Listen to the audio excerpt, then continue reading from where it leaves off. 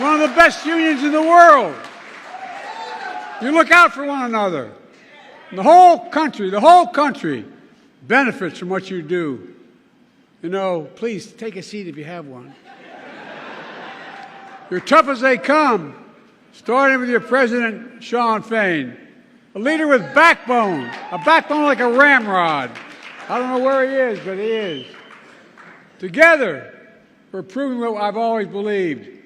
Wall Street didn't build America, the middle class built America, and unions built the middle class. That's a fact. Look, I kept my commitment to be the most pro-union president ever. I'm proud you have my back. Let me just say I'm honored to have your back and you have mine. That's the deal. It comes down to seeing the world the same way. It's not complicated. You know, my dad, who never went to college, was the smartest, toughest, most gracious man I knew, who managed a car dealership for the bulk of my life, taught me a very important lesson. He'd say, Joey, this is God's truth. A job is about a lot more than a paycheck. It's about decency. It's about your dignity. It's about your place in the community. It's about being able to look your kid in the eye and say, honey, it's going to be okay, and mean it. And mean it. Folks, that's what the UAW is all about, and it's always been that way.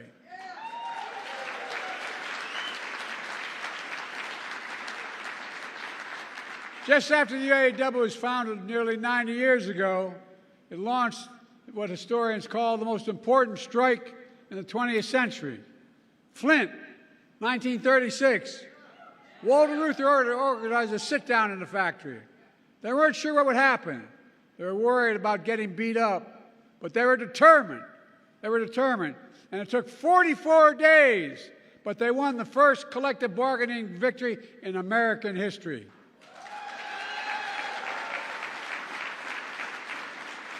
And the leadership of the UAW spread across the country.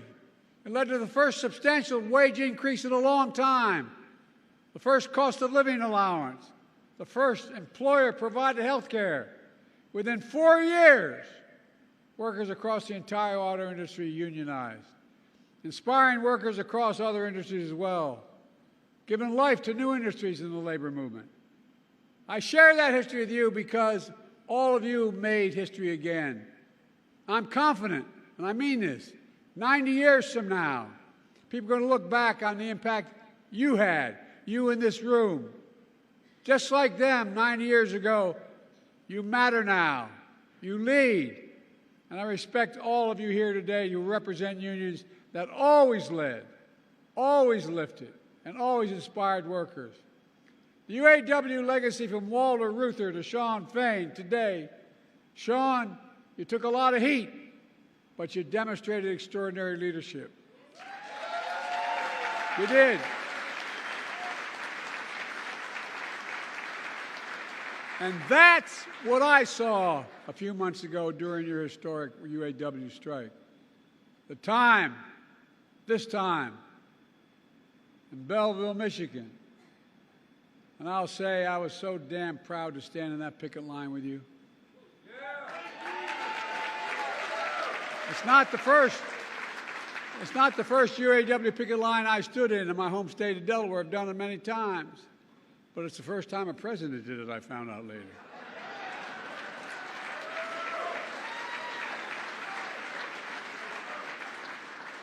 I've always fought for a strong auto industry, with UAW-built cars leading the world. This is about a simple proposition. You built these iconic companies. You built GM. You built these companies.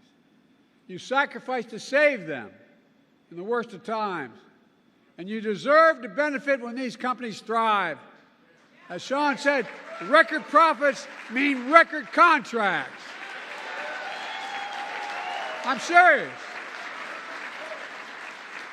And that's what you got, record wage increases, winning back cost of living adjustments, greater retirement security, more paid leave, and eliminating tears. Whoa, whoa, whoa, whoa, whoa. You all know my position. I'm tired. I've tried, you know, I'm tired about jobs going overseas, having products shipped to. Look, during the Trump administration, a lot of administrations before that, what'd they do? So many people around America lost their sense of pride because whether it was an automobile company or any company at all, that factory that was there for 30 years, hiring, maybe it only had 150 people in it, but it was a heart of the community. Guess what? Corporate America found the cheapest labor in the world, and they sent the jobs to those laborers and sent the product back to us. But not anymore. We're building product here and shipping it overseas. Buy America and build America. I mean it. And what's really important, you made sure the auto future of the world will be made in America. Oh, I mean it. You know, I'm going to digress just a second. Most people don't know that back in the 30s, when Roosevelt was talking about the value of unions, he didn't just say unions are okay. He said any product that, in fact, the Congress, any money that Congress gives the president to spend to build a product, whether it's an aircraft carrier, an automobile, a tank, or a staircase, no matter what that was, it should be built.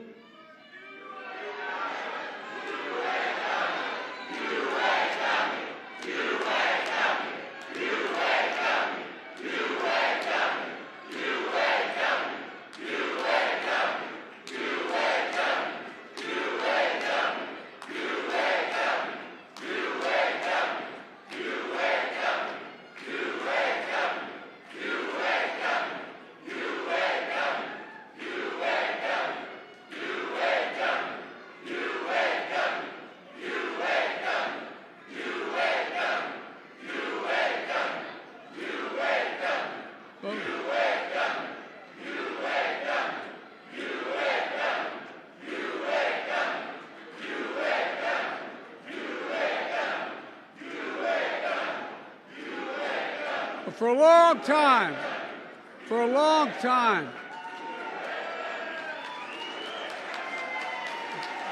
long time, the Congress would make an appropriation and send it to the president to spend, whether it's building an aircraft carrier or a staircase. And guess what? It was supposed to be built by an American worker with American products. Well, guess what? I'm going back to that. We build in America, we buy American.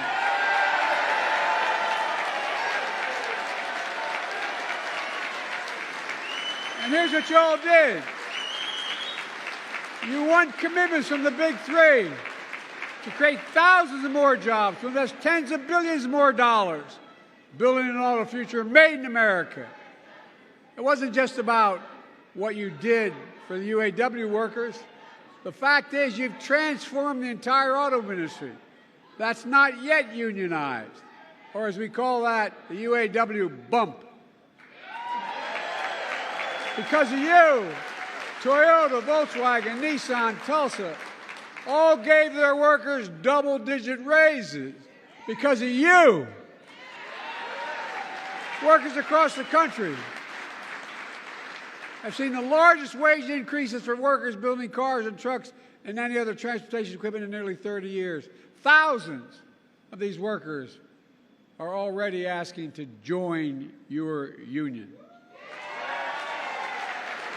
Even before this, the UAW has been expanding its reach to workers in auto plants and from auto plants to casinos. You can tell I don't spend much time there. But guess what most people don't know? But the UAW represents researchers in higher education and workers. And because of this union, I'm pleased and proud that you expanded the UAW to include 5,000 researchers at the National Institute of Health, UAW workers.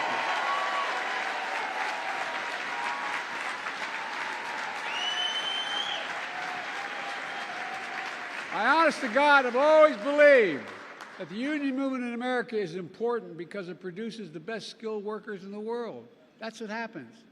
It's good for everybody. It's good for companies. It increases the quality of the jobs, the quality of the products, and it's good for economic growth. In fact, I asked, which is unusual for a president to do, I asked the Treasury Department to do a significant study, the most comprehensive report ever, detailing how unions are good for all workers, including non-union workers, how they found that unions raise standards across workplaces and industry, improving skills and safety, pushing up wages, strengthening the benefits for everyone. It matters. It matters. It matters. And some in corporate America finally began to figure it out. And look at what we're doing. It's good for workers and companies. Since I took office, we've attracted billions of dollars in investment here in the United States. We supercharged advanced manufacturing, including electric vehicles made by union workers in America. China's determined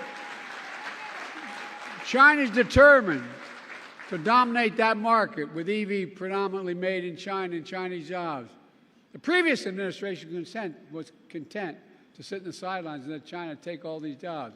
But I won't let that happen. I will not.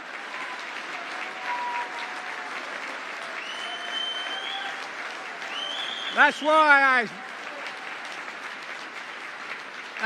I pushed and drafted the CHIPS and Science Act, investing more than $50 billion in manufacturing semiconductors here at home. Automobiles today require 3,000 chips of these chips to be made. That's why my bipartisan infrastructure law is building a network of 500,000 electric vehicle charging stations all across America, installed by your brothers and sisters at the IABW. That's what's doing it.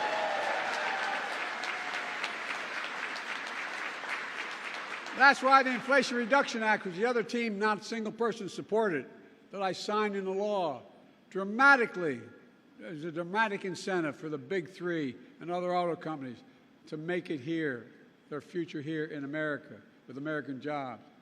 Jobs that we want to make union jobs. That's why I announced $12 billion to help companies that respect their workers implement a just transition to electric vehicle future. Because I strongly believe that companies transitioning to new technology should retool, reboot, and rehire in the same factories, in the same communities with comparable wages.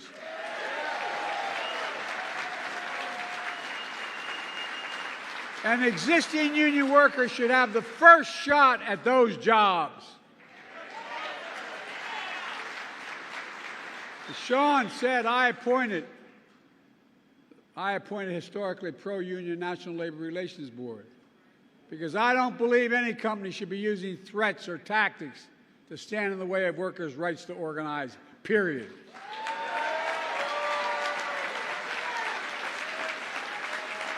And folks,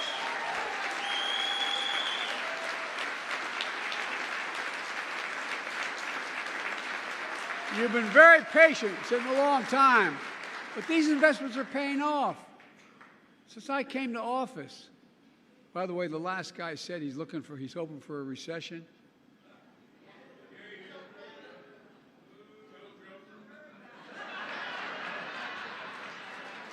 Because he does not want to be the next Herbert Hoover. He's already Herbert Hoover. He's the only president other than Herbert Hoover who lost jobs when he was president. Look, since I came to office, with your help, we've created 14 million new jobs. 14 million. Nearly 800,000 manufacturing jobs nationwide. And that means we're creating American jobs and exporting American products instead of the other way around like we saw for too long. Unemployment has been below 4% for the longest stretch in 50 years, and it's going down. Wages are up. Household wealth is up. We have the lowest inflation and fastest recovery of any major economy in the world. We have the fastest growing economy in the world. I know we have more to do, and we're making real progress.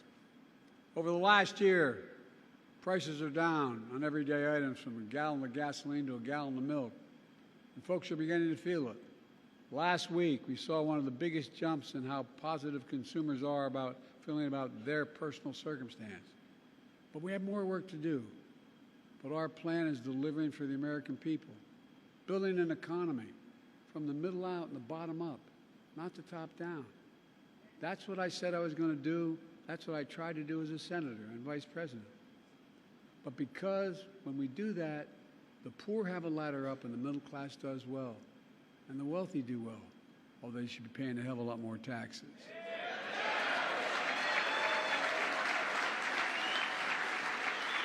We all do well. It's called Bidenomics. If you notice, all the major economists who are talking about there's going to be a recession next week, next month, all of a sudden, they're seeing the Lord. I'm a little worried. Some of the major economists in American history are now giving me credit. It's like, oh, God, what's going on? But look, all kidding aside, this is a fundamental break from what used to be called trickle-down economics that some Democrat presidents did as well as Republicans. You know, I sat not a lot trickled down on my dad's kitchen table growing up. There wasn't a lot. The idea was that the wealthy do very well, there'll be a lot left over, and it'll trickle down to ordinary folks. Well, guess what? That trickle-down economy was supercharged by my predecessor. It cut taxes for the very wealthy and the biggest corporations. It shipped good-paying jobs overseas because labor was cheaper. It shrank public investment in infrastructure and education, invested less. It hollowed out entire communities, closing factories. I'm not making this up. You know this to be true. Closing factories, attacking unions, leaving too many Americans behind. In fact, when Donald Trump was in office, 6 auto factories closed around the country. Tens of thousands of auto jobs were lost nationwide during Trump's presidency. During my presidency, we've opened 20 auto factories and more to come.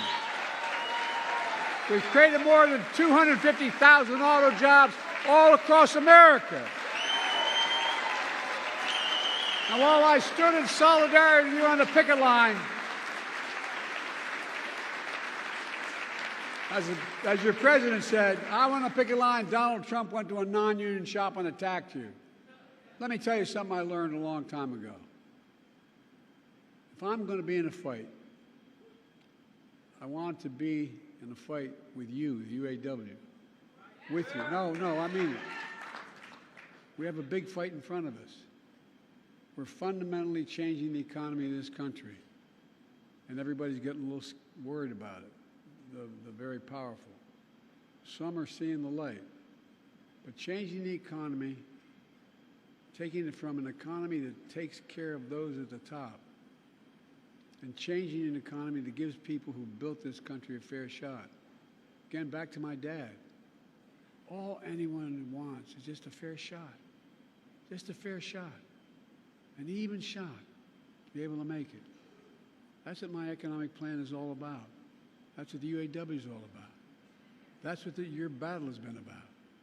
The days of working people being dealt out of the deal are over in this country as long as I'm president. Working people are going to get their fair share. You've earned it. You fought for it. And you deserve it. So today I want to say to all of you, thank you. Thank you. I could not be more proud or more honored that you've chosen to stand with me. For all the progress we made together, you're the real hero. I want to make it clear, you're the heroes of the story. It's not what I did, it's what the American people standing up with backbone did. You're the reason why. And I mean this sincerely. I'm supposedly an expert on foreign policy. I've known every major world leader for the past 25 years. And guess what? As I tell every world leader, remind them, whether they're an adversary or an ally, it's never, ever, ever been a good bet to bet against the American people. Never, never, never. And that's been true throughout history, and it's still true today. Because of you. I mean this, because of you, I've never been more optimistic about America's future. We just have to remember who we are. We are the United States of America. And I mean this. There's nothing beyond our capacity when we work together. We're the only nation in the world that's come out of every crisis stronger than we went in. So God bless you all, and may God protect our troops, and God bless the American worker. Thank you, thank you, thank you.